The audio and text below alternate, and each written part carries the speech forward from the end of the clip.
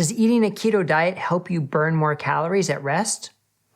I'm Dr. Brett Scher, the medical director at DietDoctor.com, and this is a topic that has been pretty controversial. We've written about the different studies going back and forth, and we have a new study that I just wrote about at DietDoctor.com by Dr. David Ludwig. It was a meta-analysis of 29 studies that showed, yes, eating a low-carb keto diet does increase your resting energy expenditure if it's after 2.5 weeks. And this is really important because there are a number of studies that say, no, it doesn't matter what your macronutrient intake is. A calorie is a calorie. We burn them the same.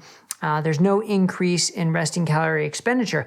But those trials are mostly done in controlled metabolic wards, and they're 2-week studies or less. So this is really important because it looked at all the studies, all 29 of these studies, and showed a clear difference. I mean, it is clear when you look at the data in this paper that if it's less than 2.5 weeks, there's either no change or maybe even a decrease in resting energy expenditure.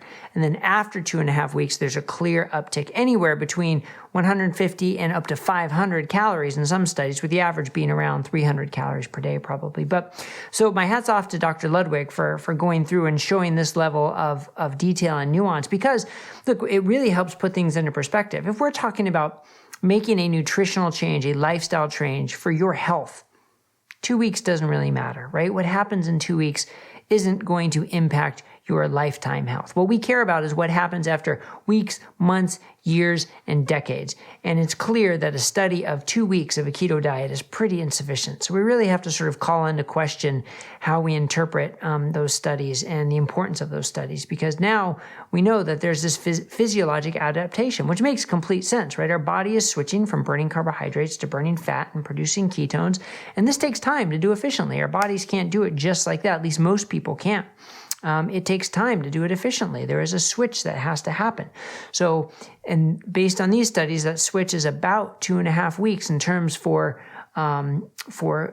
calorie expenditure. For exercising, it may be even more. For blood sugar and insulin regulation, it may be even more, right? There is this process that has to happen. But this is a good definition, a good line in the sand of that 2.5 weeks. So you can read more about the post at DietDoctor.com, where we link to the article and link to other posts about Dr. Ludwig and Dr. Hall's studies and sort of our interpretation of them, because it can be a pretty controversial topic, but I think this new meta-analysis really helps kind of clarify a lot of the controversy. All right. Thanks, everybody. Have a great day.